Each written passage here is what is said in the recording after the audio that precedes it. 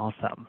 Great to see everyone. Thanks for using the chat, and feel free throughout the session to chat in comments. We'd love to hear from you and have you engage in the session and any questions you have as well. All right, perfect. So we're 2 minutes past our start time, so we'll go ahead and get going. Thanks so much for joining, everyone. We really appreciate you all taking the time to join this session focused on careers, which is a journey of lifelong learning, and excited to have a phenomenal set of employees across NetApp and some specialists in some different areas join us today to talk to us about this topic and hopefully present some very valuable information for you to take moving forward. But I'm Justin Tomlin. I've been with NetApp now 5.5 years. And a member of our HR team, our human resources organization, and currently serve in the capacity of a global lead of flexible work is my title as of now. So super excited to have you all here today. And we will go ahead and start to progress through, and we're going to start off with a session focused on kind of the differences between careers, journeys, careers, jobs, trainings, et cetera, and how all that maps together. And to walk us through that, I'll bring in my colleague, Chris Huntley. Excellent. Thank you so much. Are you sharing the slides? Yes, let me do that. Apologies. Here we go. Perfect. Can you see that coming through? There we go. Excellent. Awesome. Thank you so much, Justin. Welcome, everyone. I'm so excited to be part of this event today and to share my thoughts on, the journey from gaining your education all the way through building a fulfilling career. So my name is Chris Huntley, and I've been working with some of the same people for 19 years, believe it or not, as a human resource professional. And currently I'm a manager of our talent enablement team. And that gives me the opportunity to create training experiences for our employees around the world to help them kind of show up in a different way each day. As life changes, we help them adjust. So I live in Boulder, Colorado, and I really love what I get to do. So I really see life as a journey, and you have so many options.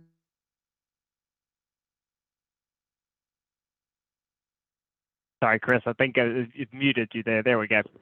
Okay, I was like, oh no, have I been muted this whole time? All right, so are we still good? Can you hear me okay? We're good. All right, good. Let's move on to the next one. So before we dive in, I would love to hear from you. If you have the capability of, I'm seeing some people using chat, if you can, share if you already know what you want to do for a living, put in chat. What is it that you think you want to do?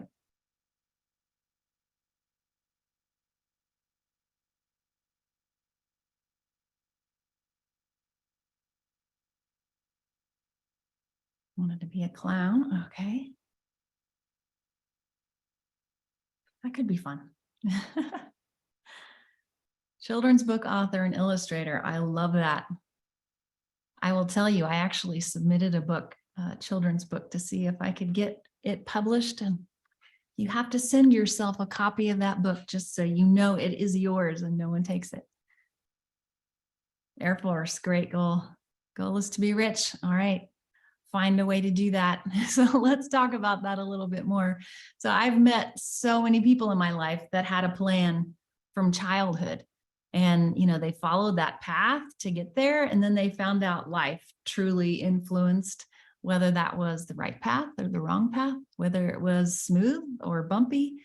And my advice all along the way is just to be curious, flexible, and a lifelong learner. That will take you a long way. Let's move into the next one and just talk a little bit about the differences of, you're in education now, jobs, training, career, that kind of thing. So depending on where you are in your life, you may be really just focusing right now on just getting through school the best you can. And what you learn today will really shape what you do in the future. So I encourage you just to pay attention to what you really enjoy. That's super important. So after school, you may be wondering, what do I do next? Should I go to college? Should I get a job? Should I do both? And honestly, that's completely up to you. It's completely in your hands.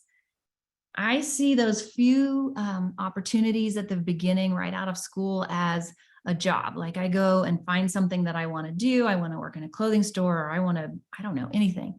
Though that's a job to find out what you like and to explore your interests.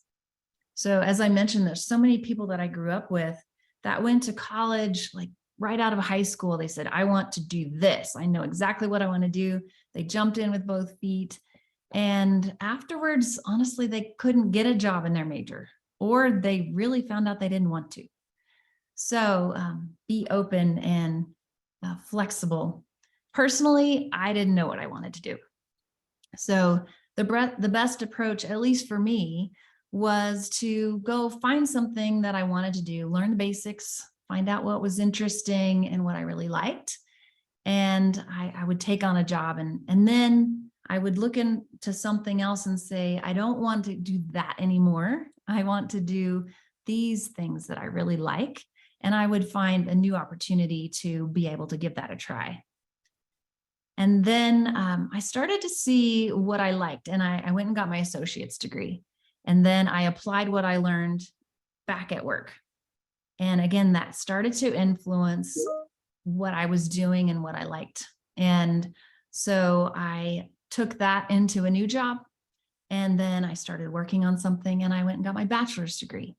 And at that point, I realized, as I was applying what I was learning back in my job, I like what I'm doing. I liked working in human resources, and I no longer wanted to work in these various jobs. I wanted to make a career out of it. So I focused on an area that I could make an impact. And I talked to coworkers, and I paid attention to what I liked and what I didn't like. And then I went and got my master's degree. Again, I brought that training, that my learning, back into my job, and I started really specializing into something that I really liked. Along the way, I took as much training as I possibly could. So your education now builds the foundation. You start with a few jobs of interest, and then you start thinking, I'm going to shift into something that I want to specialize in. And then the training that you can get on the job helps you become that special person that people will come to you and ask you for guidance. And I feel like this is the focus of a career. So it's something that you're specifically trained in that someone couldn't walk into right out of high school. And then my thoughts is to continue to learn and try new things, to find something that helps you feel fulfilled each day. So on the next slide, I live in Boulder, so I love the mountains.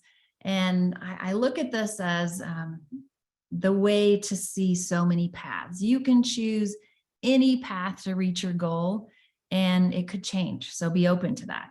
A lot of people say, I want to go straight to the top, so I'm going to take one path all the way to the top. But imagine what you miss along the way, the journey going one way that you may not see some wildlife, or you may not see something else. So I think about that when I'm talking about a career, because when you take the different paths, you learn so much, and you can bring that with you into your next opportunity. So the rich opportunity, or the rich journey, is to try many paths. So consider this mountain and going up one way and exploring what catches your attention, and then trying another one and bringing in what you've learned and seen in that side.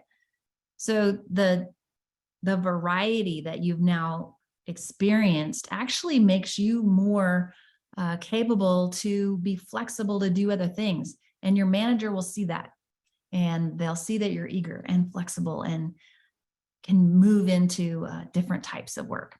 So I would encourage you, anytime you're working with a manager, is to talk to them about your interests, share what you would like to do, and they can help you find the opportunities to do something that excites you, keeps you motivated, and if not, look for something else. Life is too short. You need to go find something you want to do. So quickly, I would love to share with you what we do here at NetApp. So we opened up an opportunity marketplace that allows our employees to focus on how they can grow right here every day. So we want to make sure that people have a way to feel like they can do what they want, where they want to, what type of work they want to do at home, whatever. They can be very flexible, and we want to make sure that we're equitable and that they have opportunities to grow. So we've opened up this open opportunity marketplace to give them that chance. So as you're listening through the rest of today's session, listen to our panelists and think about reflecting on your experiences in this stage of your life and how it can help you with success down the road. So maybe there's a course that you can learn from or a club that you can explore. But whatever it is, always stay curious and think about what learnings each life situation has to offer. So I wish you the best of luck, and I'd love to pass it back to Justin and give you the opportunity to hear from our great panelists. Awesome. So much great content there and many things to think about, Chris. Thank you so much for taking the time to share all those nuggets of wisdom and new approaches to thinking about careers, jobs, training, et cetera. So thank you. Awesome. So with that said, we will move into our panel discussion, and we'll also be moderating the chat throughout. We've got a great colleague here, Regina Evans, who's going to be moderating the chat, and especially as we get to the end in case there's time for audience Q&A. So please feel free to stay active in there and let us know if we can help further clarify anything as we go through the rest of the session. So with that said, I'll turn it over to our panelists. We've got a great variety and diverse group of panelists across many different functions and locations with us today to talk about their experiences with career, jobs, training, education, et cetera, and how they've navigated their own.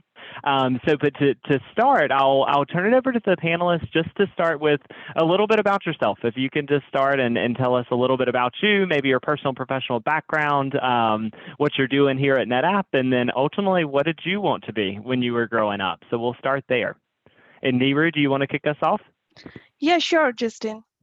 So hello, everyone. I'm Neeru Jain, and I'm from India. I've been in US from past 10 years, and I've been working with NetApp from past 5 years as a business system analyst in IT organization. I'm handling the technical part of the core HR system within NetApp, and I'm making sure that HR systems are up and running and we are having a better employee experience.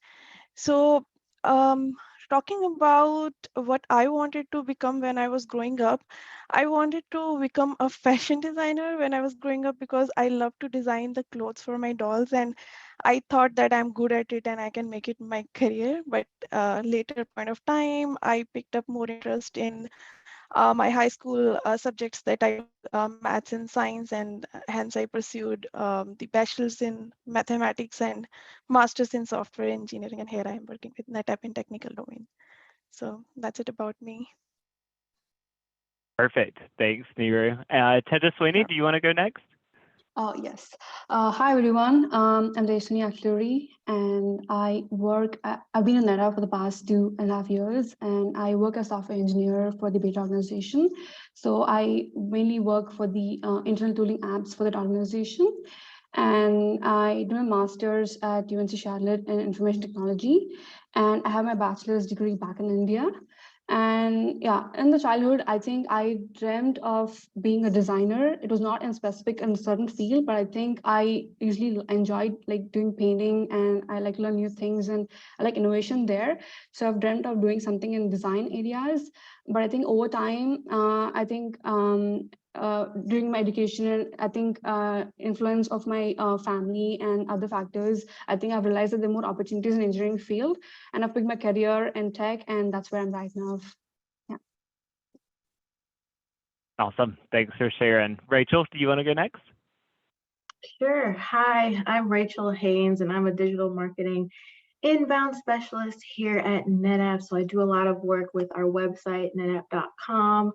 I've been with NetApp for about 1.5 years full time, and I was actually an intern for a year before I started working here full time. A little bit about my background. I did my bachelor's degree at the University of Wisconsin-Madison in international studies and economics. And then I actually did my master's of business administration in marketing and innovation at NC State University. So that's a little bit about my background. And when I was growing up, I really wanted to be a chef. I used to watch like Food Network religiously. I wanted to be like Bobby Flay or Rachel Ray one day. And I still love cooking. And I think I really liked cooking because it allowed me to be creative. And luckily working in digital marketing, I do get to use my creativity, not necessarily to cook, but, make our website better. So yeah. Very cool. Thank you, Rachel. And Xiaoyin, do you want to go next? Yeah, so hello everyone. My name is Xiaoyun Zhu. Really nice meeting you here. I'm currently a technical director and also software engineer in the cloud BU of NetApp. I actually joined NetApp not too long ago, about 7 months ago through an acquisition. So what that means was that the startup that I co-founded about 3 years ago, called Filament, it was acquired by NetApp earlier this year. So that's how I kind of become a NetApp employee now. And I'm an immigrant. I basically came to the US actually, many, like over 2 decades ago, after getting my bachelor's degree from Tsinghua University in China. So that's one of the top engineering schools there. And after coming to the US, I basically spent 6 years in Southern California. So that's where I was spending time in a PhD program in electrical engineering from Caltech. And so after getting my degree, I moved to the Bay Area. That's basically where I stayed ever since. And I started my first job as a research scientist at HP Labs. So that's in Palo Alto. And that's pretty much when my kind of professional journey in technology started. And in fact, when growing up, I actually always wanted to do something related to technology or engineering because my mom was actually a technician in a lab in the EE department at a very large university in China. And she's always been my role model. And as a little girl, I was basically taken to her lab many times when she went to work. And I was always really fascinated, right, by all the kind of environment there, all the equipment and the cool gadgets that they had there. And I always thought that, doing something similar growing up will be a really cool thing. And so here I am, many years later, being a software engineer in Silicon Valley, and I've really enjoyed kind of my experience so far. Very cool. Awesome. Well, a great group in front of us today. Thank you so much for sharing a little bit about you to give our audience a bit more context to who they're hearing from today. So we'll move into our second question here around what made you interested in pursuing a career in technology. I know, Xiaoyin, you started to share and get into that. Can you take us a little deeper into your answer to this? Okay, yeah, happy to do that. Technology. So I actually always kind of loved math. Kind of related subjects, even when very little, starting from elementary school. And in middle school, we started having some programming classes. And obviously that was many decades ago. So the first language I learned was BASIC, like Macintosh computers. And so that was also pretty cool, but I didn't particularly latch onto it too much. I liked it, but it's not like I already thought about, okay, I'm gonna do this for life right later on. No, that was not the case. But throughout middle school, high school, I always loved, math, physics related subjects. And then, after I started my after I started my kind of PhD program, I did a lot of work in like mathematical modeling, optimization and algorithms and all those really cool things. And I really enjoyed that. And at that point, I actually thought about, the possibility of maybe going into academic career after getting my degree.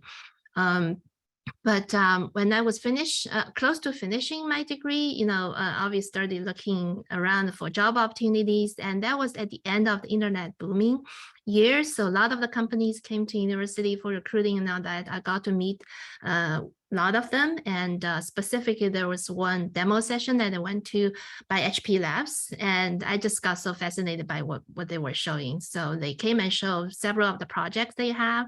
They brought some gadgets, prototypes they have. They showed demos, and it was so cool. Then I was like, wow, these guys, they're in industry, right? They're not doing research for for research purposes, but all the things that they do seem to require a lot of deep technology and very advanced stuff in order to actually make it work. So I just really got hooked, and I started talking to the recruiter, talking to their hiring manager, and that was the first job I got. And when I started my professional career, and then I've kind of been doing that ever since.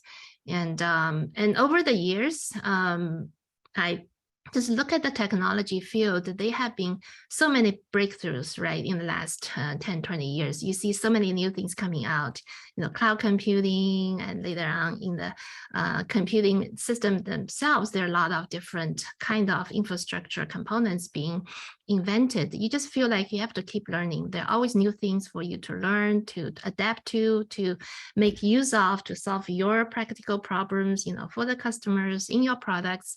So it's just always been very exciting and rewarding for me. So that's my experience so far. Awesome. Very exciting field for sure. Tejaswini, do you want to go next? Yeah. So I think I was curious about like building and learning new things. And I think eventually I also like the fact that if your work is being used by somebody else, like reaching the goals is like kind of rewarding experience. And also I think Career in Tech is a platform where you can showcase your creativity and analytical skills as well. All these factors influenced, and I was really interested to pursue my career in tech. And I think right after my bachelor's, I joined in a company. The main motive was to basically have diverse knowledge. Like I wanted to understand the business and the work culture and how it would be to work in the team, and like to understand what teams are working on different projects. That would give me a better idea of different technology aspects. So while I was working in the company, I had the interactions in different techs. So during that time, I realized that I would want to enhance my skill set further and take a break. And I would also want to have a diverse experience. And that decision made me pursue my master's in IT in US. And during my master's, I think I had opportunity to explore more of practical projects. So where I was in different projects, like one was in machine learning, one was in big data, one was in web development, and in different broad perspectives. So that is a time where I realized that I was really interested in web development aspect, and I have decided that this is what I would want to do in the future. And all these tech aspects have made me realize that this is my interest, and that's have made a decision to pursue as a software engineer. So yeah, that's Awesome. Thank you for sharing. Rachel, how about you? Yeah, I don't think I ever imagined that I would be in the technology industry, to be honest, but I think my interest in the technology industry sparked from just understanding the impact of innovation. I had the opportunity to actually work for a utility company, so the people that send you your energy bill at the end of the month. And I actually worked with the strategy and innovation team, and they were doing all this really cool stuff around the impact of solar energy and electric vehicles. They were kind of the only team in the company that was working on like innovation within that industry. And so I was kind of asking my colleagues, like, what industry is like the most innovative, has the most impact? And so they were all like the technology industry, of course. And so that led me to the technology industry today, which is a very unique, fast-paced, high-energy industry, but it definitely has a lot of impact. So I'm really glad I made that decision. Perfect. We're glad to have you, Rachel. Niru, how about you? Yeah, so I would like to share that like what made my interest for the technical domain is that I started my career with like when I did my master's. So I started working in JP Morgan Chase, and I was in the trade logistics department. And when I worked there, I kind of realized that I was doing some monotonous job, and it was not giving me the opportunity to, have my critical thinking and creativity coming out. And it was more of operations job. And then I pursued my master's in software engineering, and I moved to the technical domain. And I realized that it allowed me to be more creative and constantly challenging me with problems to be solved. And I was like coming up daily with some new challenges to be faced. And it was really exciting. Other than that, I would like to say that technical domain has wider opportunities for everyone. And it's obviously a well-paid career as well. So, and the best part about working in tech is that you like it gives you an opportunity to, you know, go as far as you want. There's no limit. I mean, it's up to you what like you want to. If you have vision and the stamina, you can you know, create your own product, your own apps, and it's like a market is very wide for all of these things. And like now I'm working in IT, so as an IT person, I have often given, you know, tasks like you have to solve some problem or you have to improve some business processes. So all that is like exciting, but it's a pain also sometime, because you know, it's both, but you always cherish you know, solving their problems, and your curiosity plays a major role, and it keeps you moving on. So that's what I wanted to share. Awesome. Thanks, Neeru. And actually, for the next question, we're going to stay with you. Would love to hear your thoughts on, as you reflect on your prior education and training, what was the most valuable in helping you get to where you are today? Yeah, so my interest in maths and science in high school, and my like as I said, like I always had a attitude towards problem solving that helped me move towards the technical domain. And then my bachelor's in science and my master's in software engineering groomed me further to understand the technology better. And going through the whole software development life cycle, I picked up some subjects like data analytics, big data, data science. So that eventually helped me to deliver the business critical projects. And then the, you know, the subjects that I chose during my bachelor's and master's program really, you know, they really help you understand the concepts, the fundamentals, and then you can apply those in your day-to-day job. So those were the things that I would say are most valuable in helping me like where I am today. And certainly, like I always keep doing certain trainings, like out of my own interest. I pick up something that is useful in my work from Udemy or from Coursera. And there are a lot of training materials out there, LinkedIn, uh, to quote a few. So yeah, so all of these helped. Awesome. Very cool. Yeah, no shortage of opportunities to keep your skills relevant and fresh. So perfect.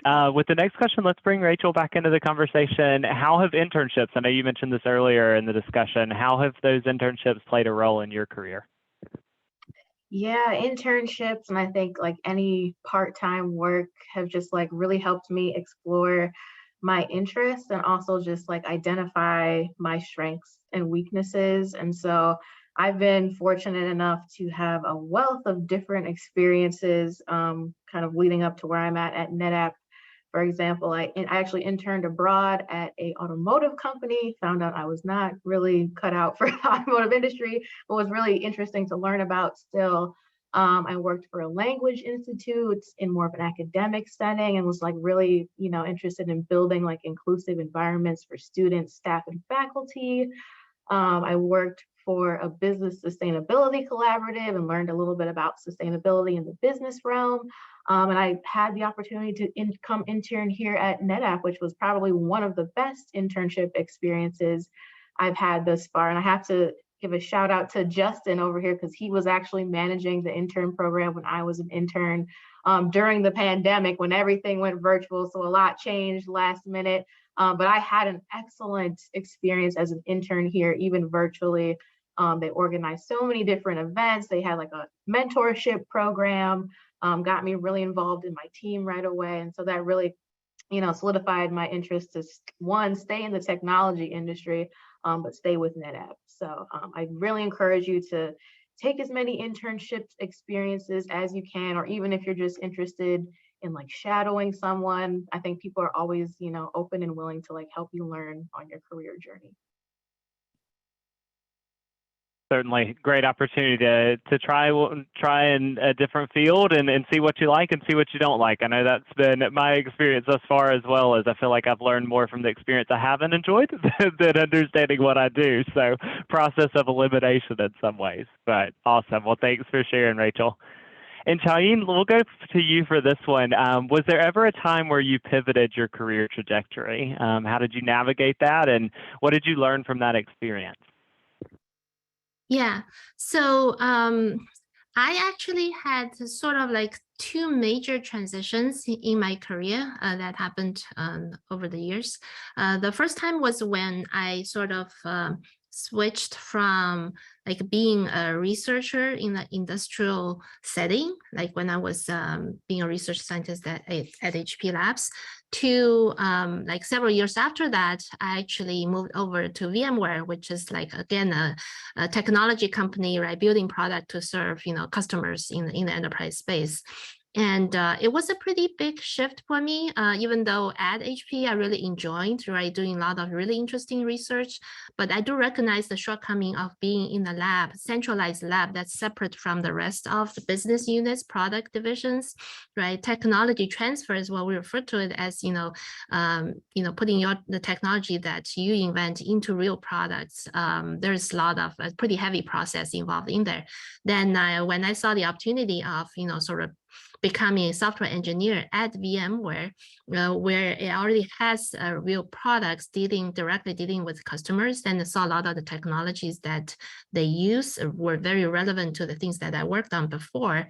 So I saw that as a really good opportunity, but obviously it was not like a seamless transition, because when doing research, even though I did deal with, coding and programming as well, but it was not in the product setting, right? Now you're really in building a real product, the requirements and the challenges are kind of pretty unique and different.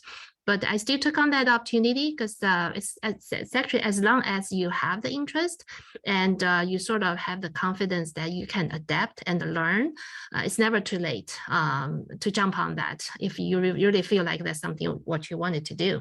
So that's what I did, and I moved to that, and that's when I kind of becoming more of a real software engineer in the product organizations, and I've been in that role pretty much ever since. Another pivot that I did was several years after that. I was working kind of for a pretty stable large technology company, was Cloudera at the time in the big data space. And then I had some ideas of really want to put into reality, and again, making something, some of your new ideas into a real new product, right? In the established company, many of us recognize it may not always be trivial, right? But companies like Google, they do these 80-20 kind of rules of people allowed to spend 20% of your time maybe on some of your own, innovative ideas.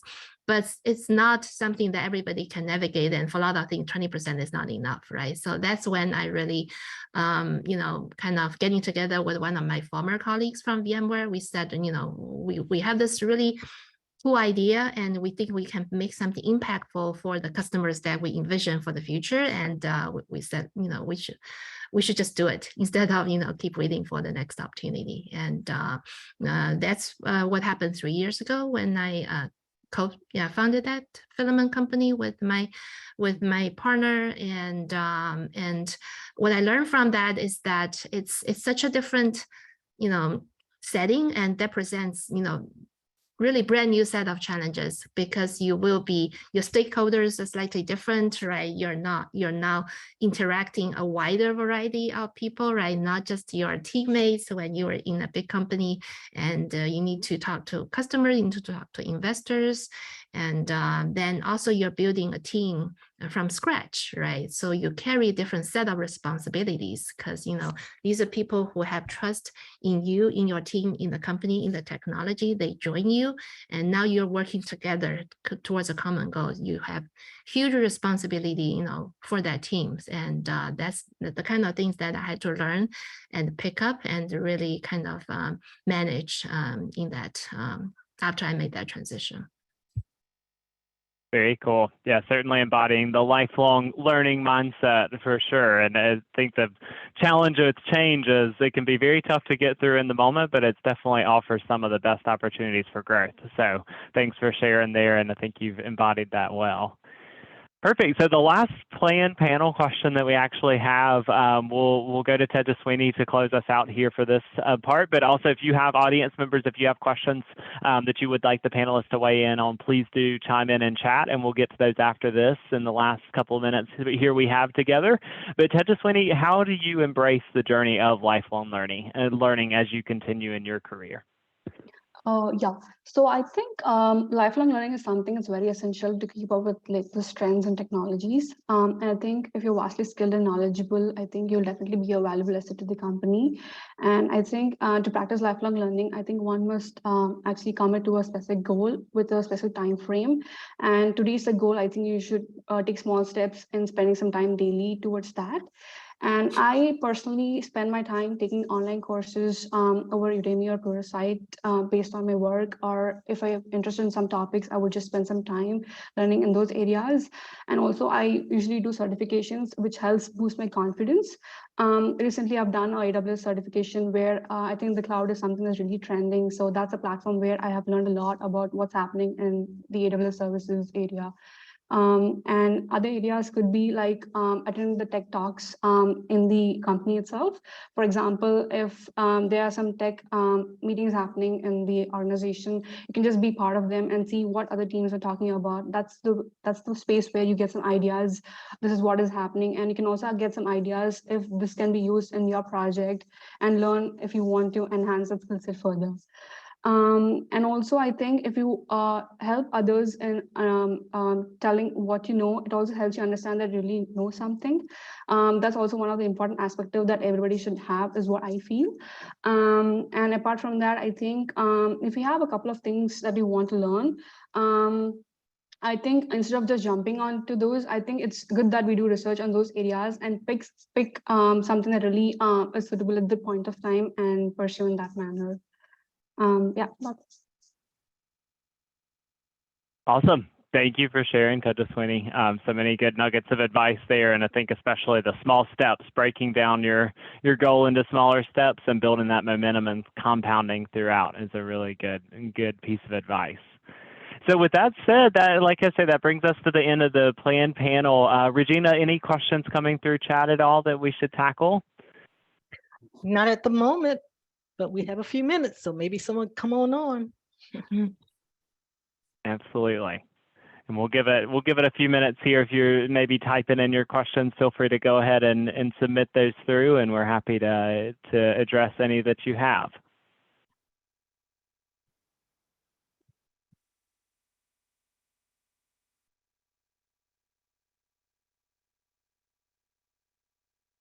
Awesome. So we will, with that, I know we've got about 5 minutes left to end the session. So I think at that point, if you do still have a question in chat or a question that you want panelists to answer, please feel free to pull it into chat, and we'll make sure if we've got a minute or two at the close to get to that. But otherwise, I'd like to turn it back over to the panelists just to close us out. Any additional advice or thoughts that you'd like to share as we close out our session today? And feel free, whoever wants to kick us off.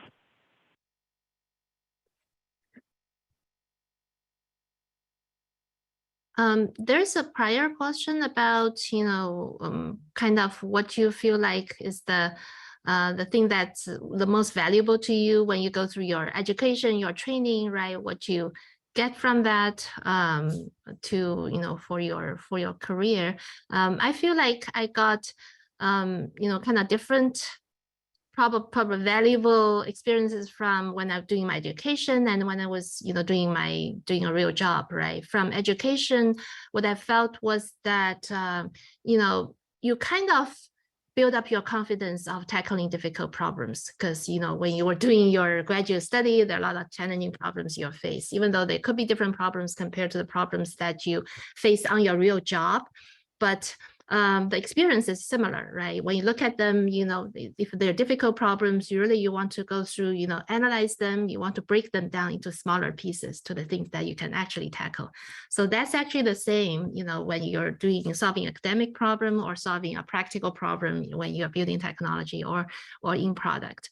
So that kind of, problem solving approach, I feel like it's pretty universal and you can carry over into your professional career. But on the job, something new that I learned was that really teamwork, right? How to lean on your teams. And because when you're doing a graduate study, you feel like you have to prove yourself, right? You're tackling a difficult problem, you're trying to solve it on your own to really prove yourself, or maybe get your degree or something. But when you are in the product team, you're building very complex things. You really cannot do it on your own. And also, it's not shameful to ask questions. If I'm stuck on something, you have to ask for help, right? There are definitely a lot of people on the team carry different expertise, a different background. There's always somebody who can help you out and together to solve difficult problems. So, be able to rely on your team and getting help from others is really something that I got more from on my job. Awesome. Thank you for sharing. Agreed. Teamwork. I think that's one of the biggest pivots you have to make from educational to professional, most certainly. So very cool. Rachel, Neeru, Tejaswini, anyone else have advice they'd like to share in their last 2 minutes or so we have here?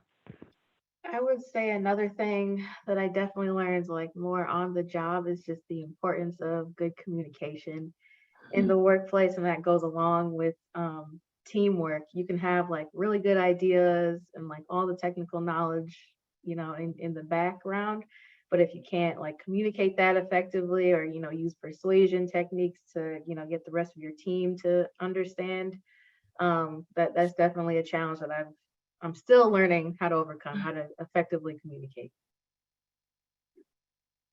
Yeah, I would like Great to advice add, there. yeah, great advice, Rachel, by the way. I would also like to add the relationship building part is that I personally experienced that is also very important. We should not, overlook that part as well. So if you have good relationship with your team and your cross-functional team, it's easier to get the work done, and it saves a lot of time for everyone. Absolutely. Tejaswini, anything from your end that you'd like to share to close us out?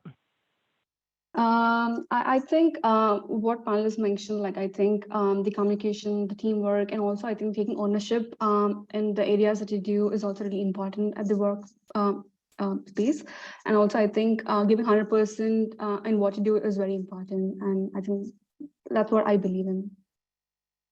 Yeah, great advice. And I think that helps build that trust that is such a critical piece of building effective relationships, most certainly. So awesome. Well, that brings us about to the end of our session. Regina, Chris, anything from your end you want to chime in with as we close out the session? Otherwise, we can go ahead and wrap.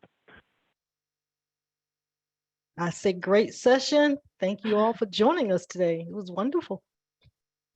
I totally agree. Great panel. I'd say one thing from my perspective is always consider it's okay to have a good work-life balance, and know that you can have a life and still work, and you'll be highly valued, because I have people watch me take a vacation and they go, I love that you took your time off. So expect that and share that that's important to you if it is. It's a great Indeed. point. Great piece of advice there. Absolutely. We are humans first, that's for sure. So important to keep that balance. Awesome. Well, thank you so much, panelists. Thanks for the time. Thanks, Chris, for joining us, and Regina for moderating the chat throughout the day. And attendees, thank you so much for joining the session. Hopefully you found some great value out of it and nuggets to take forth through the rest of your day and ultimately your career. So we appreciate you taking the time and hope you have a good rest of the day. Thank you, everyone. Thank you. Thank you. Well done. Thanks.